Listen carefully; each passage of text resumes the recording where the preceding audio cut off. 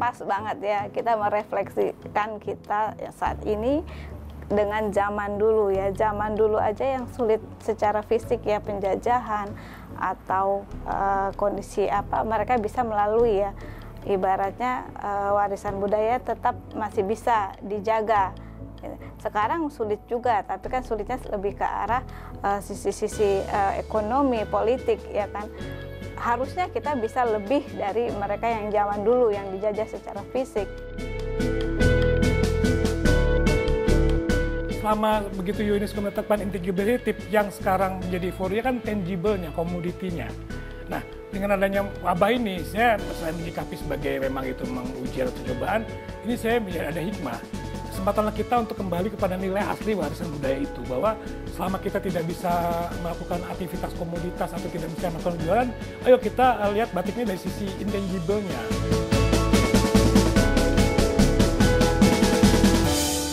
Kenapa kita sih berkegiatan terus membatik, udah tahu lagi pandemi ya gitu, kenapa sih nggak stop dulu gitu. Kalau kita bicara jual beli, stop bisa ya, tapi mana bisa seni budaya kita stop.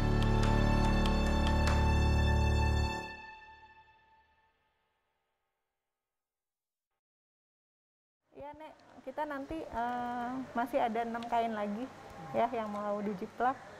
Terus ini diusahakan hari ini, jadinya biar nanti tinggal 5 kain. Nah, 5 kain lagi. Boleh. Nanti kita selesai di rumah aja masing-masing. Nah, nanti kalau ini udah selesai kan ini bisa dicanting sama Evi atau sama ini. Oke, ini tinggal sedikit lagi kan? Iya.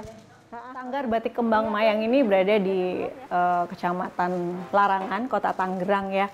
Kami berdiri atas keingin ikut sertaan kami dalam melestarikan budaya bangsa Indonesia ya, warisan budaya bangsa Indonesia yaitu batik. Jadi kecintaan kami terhadap batik, jadi kami memutuskan untuk berkumpul bersama untuk awalnya sih edukasi. Jadi kita belum memikirkan sama sekali itu produksi gitu ya.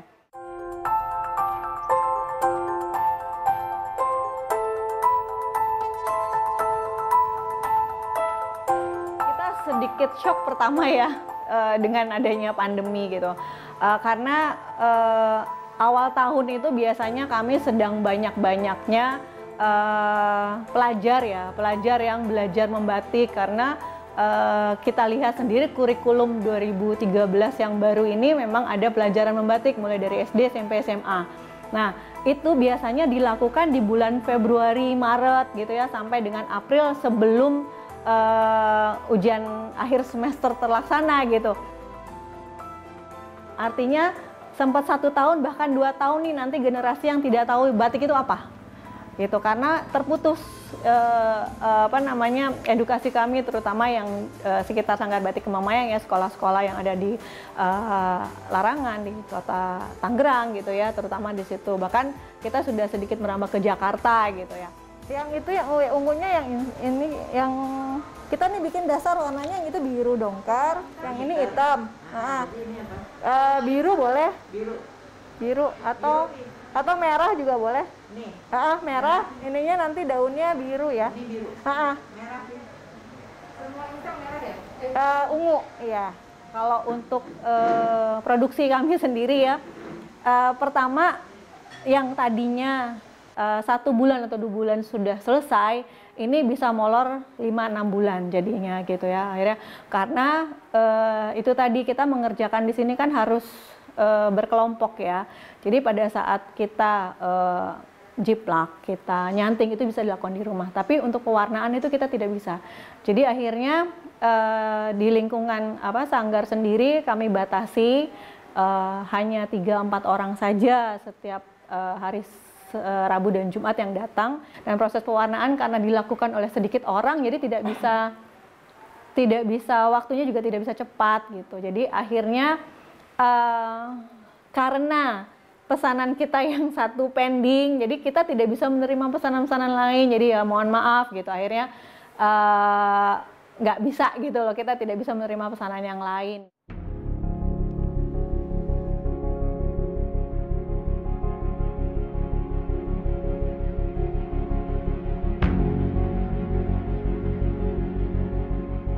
saya Lili Maria Sariwijaya, dan latar belakang saya untuk menekuni batik, dalam hal ini batik Betawi saat ini adalah karena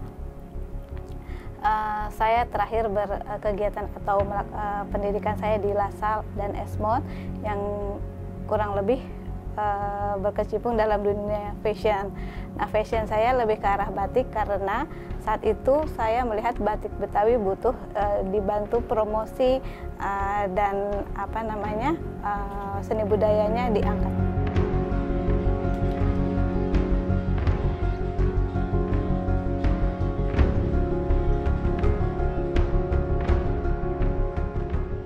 Saya sebagai salah satu anggota dari Dekranasda DKI Jakarta di bawah pimpinan Ibu Gubernur yang saat itu ditugaskan untuk melatih membatik di Rusun.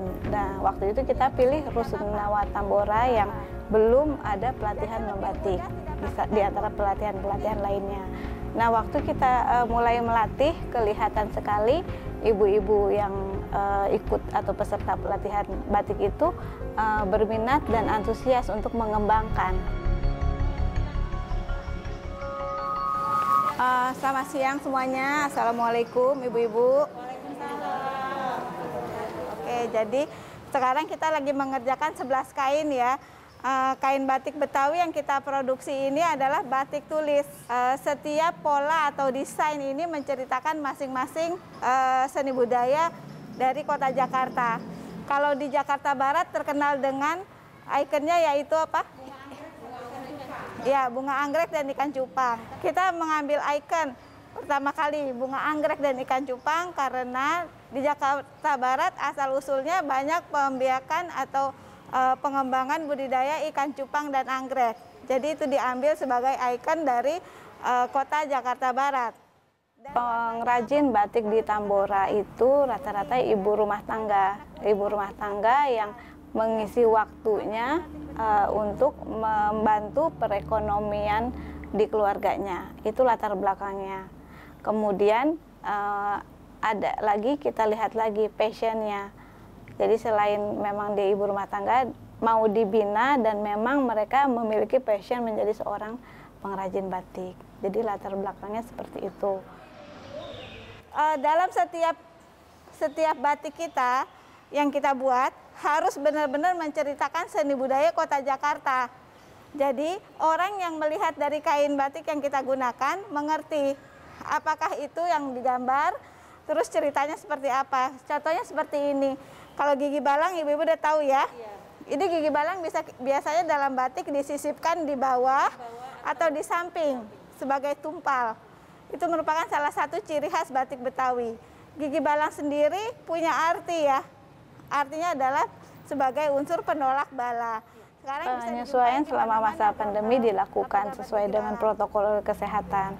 Jadi pelatihan tetap diadakan, tetapi seperti tadi ya, kayak jam berlatihnya kita atur sedemikian rupa sehingga tidak melanggar ketentuan. Kemudian selama berlatih harus pakai kelengkapan seperti masker atau face shield atau menjaga jarak. Kemudian misalnya anggota sekarang ada 12, kita bikin jam kerja, jam membatiknya itu pakai waktu, jadi tidak semuanya hadir, tapi berkegiatan atau saat yang lain hadir, yang lain kerjakan di rumah, itu kita lakukan seperti itu agar yaitu dia mengikuti program kesehatan, tapi kegiatan tetap berjalan terus.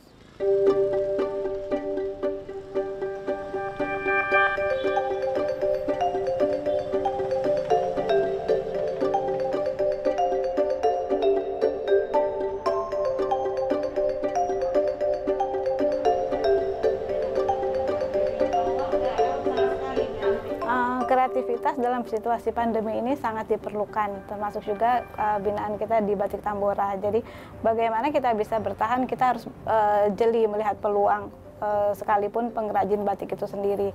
Salah satu cara yang kita lakukan adalah kita membuat motif yang, karena Tambora sendiri kan berada di Jakarta Barat ya. Jadi kita menggali seni budaya di Jakarta, sekitar Jakarta Barat.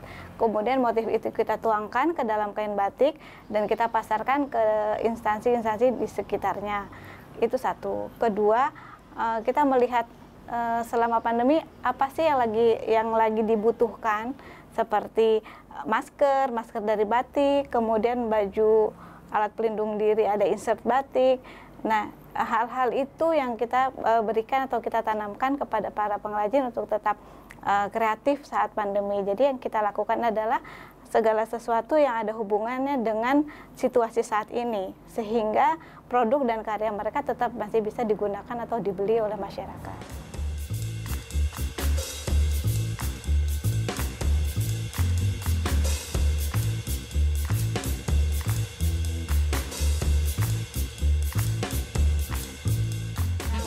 Kita contohkan adalah yang dalam waktu dekat kemarin baru berlangsung ya, yaitu Karya Kreatif Jakarta yang diselenggarakan oleh Bank Indonesia, di mana salah satunya batik dari Rusunawa Tambora yang mensupport kegiatan tersebut, dan alhamdulillah dampaknya cukup baik dan bagus, sehingga setelah acara itu berlangsung banyak atau beberapa konsumen datang untuk melihat atau secara online bertanya tentang produk-produk batik yang dihasilkan. Pandemi itu cukup efektif, tapi bila dibandingkan dengan masa normal ya pasti jauh berbeda ya. Pasti kalau dari batik itu lebih sukanya memegang, kemudian melihat jenis kain segala macamnya ya. Pasti berbeda. Cuman untuk masa pandemi yang dilakukan secara virtual ini lumayan efektif, sehingga tetap memberikan kontribusi buat mereka dalam penjualan ya, walaupun tidak maksimal ya.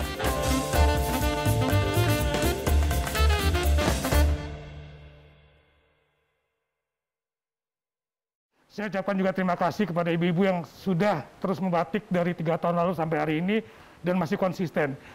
Saya hanya menyampaikan pesan begini, bahwa batik yang hari ini Ibu lakukan itu sebenarnya dari nilai komoditas. Kalau bicara UNESCO menetapkan batik sebagai warisan budaya tak benda itu intangible. Ibu hari ini sudah melakukan tangible-nya. Nah, intangible-nya apa? Saya senang karena Ibu masih terus melakukan proses batik ini sesuai dengan yang diharapkan oleh UNESCO. Seperti kita tahu, UNESCO itu ada 3 kriteria yang dilakukan kenapa batik menjadi warisan budaya tak benda Indonesia. Pertama, karena itu warisan dilakukan turun-temurun secara lisan oleh nenek moyang kita. Hari ini Ibu sudah lakukan itu. Artinya Ibu Mayang, kan kita waktu itu dari awal memang ada 2 produk ya. Yaitu kursus dan jualan produk kain. Nah, dua-duanya kita juga harus istilahnya kita siasati bagaimana supaya selama pandemi ini tetap berlangsung. Yang terdampak sangat terasa adalah yang edukasi memang. Karena dengan adanya tidak boleh ada tamu, berarti ada orang yang tidak belajar ke sini. Tapi itu kita lagi coba siasati dengan cara tadi belajar lewat online. Dan juga beberapa medsos kita juga jalan bahwa tetap ada aktivitas sebetulnya. Tapi 1-2 sudah mulai, tapi kita juga harus batasi dengan protokol kesehatan supaya tidak menyalahi aturan.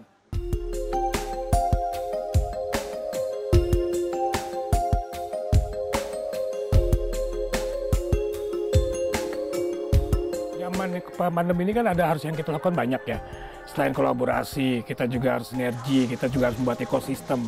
Dan juga kita apa yang perlu inovasi kan.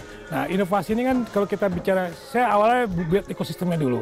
Bahwa ekosistem ini kita bangun dari komunitas, katakan. Komunitas itu perlu apa sih? Edukasi, perlu gerai, perlu investor, perlu apa. Nah, satu unsur yang saya masukkan adalah milenial, generasi muda.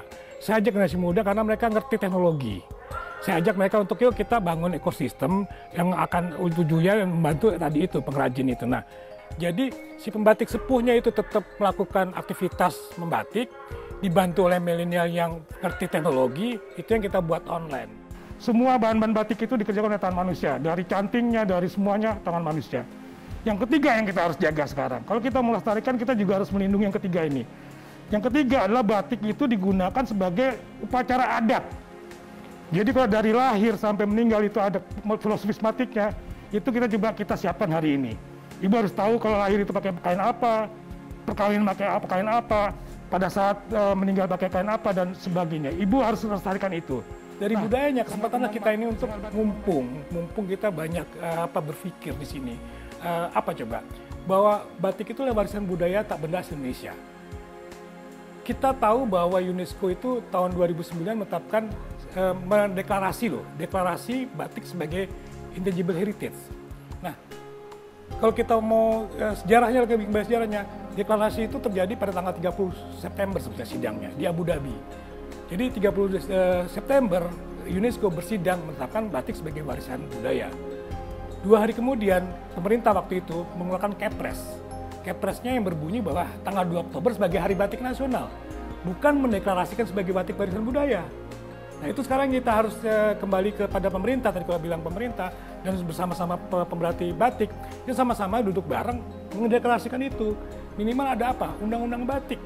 Nah, undang-undang batiknya sendiri kan harus ada tahapannya tuh. Kita dari waktu UNESCO menetapkan deklarasi itu, kita hanya baru meratifikasi, belum deklarasi. Nah, tahapannya setelah ada ratifikasi dan kita bisa bikin konvensi itu yang kita undang-undangkan sebagai undang-undang batik. Kesempatan itulah kita tadi itu menaikkan nilai budayanya, menaikkan nilai warisan budayanya. Karena hari ini yang dilihat baru nilai komoditinya saja. Nah, komoditinya sekarang terdampak pandemi, agak berkurang. Nah, kesempatanlah kita untuk duduk bareng untuk yuk kapan bisa nggak kita membuat konvensi, kapan kita bisa mengundang-undangkan batik supaya batik itu dalam ranah undang-undang terlindungi. Nah, tadi itu menghindari degradasi tadi. Kalau tidak ada itu, saya sih percaya akan degradasi juga. Pengakuan UNESCO bisa dicabut loh. Nggak usah bicara batik. Bicara Borobudur aja yang dulu 7 KJP dunia, sekarang sudah tidak menjadi 7 KJP dunia karena kita tidak bisa meliharanya secara warisan budaya, warisan peninggalan bangunan. Nah, apalagi ini yang warisan budaya yang berkaitan dengan intangible. Kemudian ada, kalau kita tidak sadar bahwa hari ini kita masih ranah tangible. Intangible-nya tidak pernah kita lestarikan dan tidak kita pertahankan.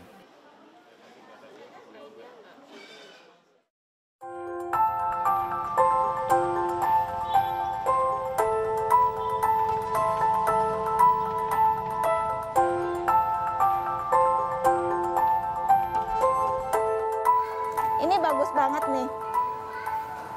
Ini teman-teman bisa lihat gigi balangnya kokoh, ya, gigi balangnya kokoh, ya, dan kembang sepatunya terlihat real. Ya, batik itu sendiri kan tidak hanya seperti tadi kita bahas ya, tidak hanya komoditas atau kita jual kain atau desain segala macam, tapi makna dari motif yang kita tuang pada kain itu sebenarnya juga wajib kita angkat atau kita promosikan karena justru motif-motif itu yang mencerminkan seni budaya yang kita miliki sehingga batik itu orang jadi tertarik menggunakan batik.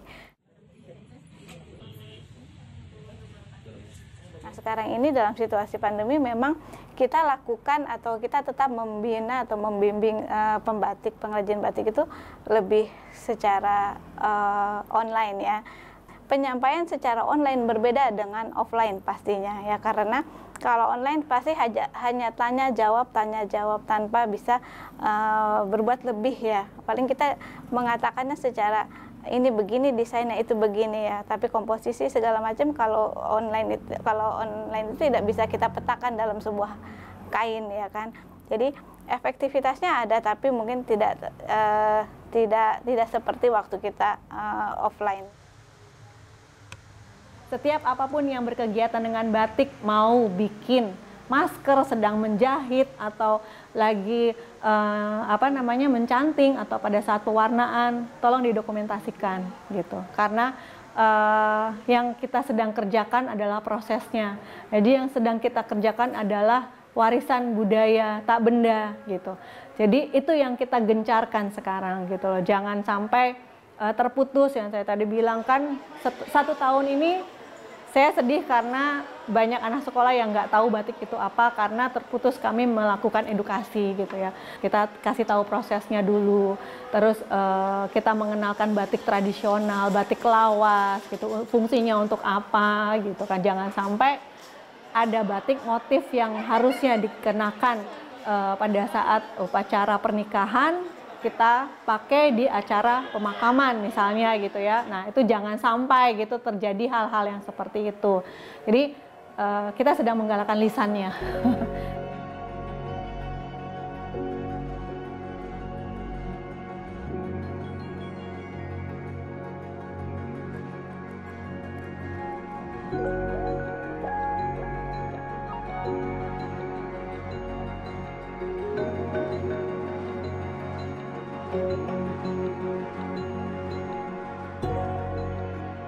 Selama bulan batik ini, kita bicara Oktober, kita melakukan edukasi seperti itu, kita kembalikan ke ranah batik sebagai warisan budaya. Jadi artinya seimbang antara tangible dan intangible.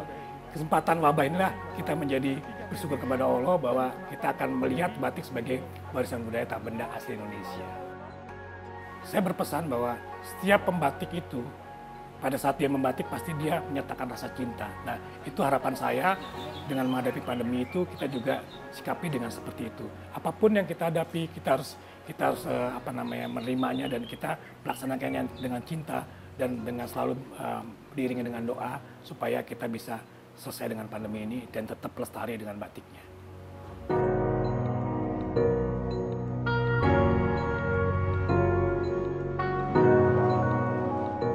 Apa yang kita buat dalam kain kita yang bisa menginspirasi orang, yang bisa menyampaikan cerita kepada orang banyak, seni budaya apa yang kita ceritakan, ya, pahami itu untuk bekal ibu-ibu suatu saat bila ikut mengajar. Kesulitan-kesulitan yang ditemui nggak apa-apa disampaikan, kemudian kita cari jalan keluarnya, jangan takut untuk tetap melakukan sesuatu ya. Jadi tetap ada hasilnya selama pandemi ya. Kita berdoa mudah-mudahan pandemi segera berlalu, jadi kita bisa kembali normal. Ya, situasi seperti ini yang dibutuhkan adalah sama-sama kita semangat menghadapi dan saling berpegangan tangan untuk mengatasi semua masalah yang ada, dan jangan putus asa, tetap fokus terhadap kegiatan yang kita sudah pilih, lakukan dengan passion, atau untuk teman-teman milenial sebisa mungkin atau harus mencintai seni budayanya agar aset atau warisan budaya kita ini tidak punah.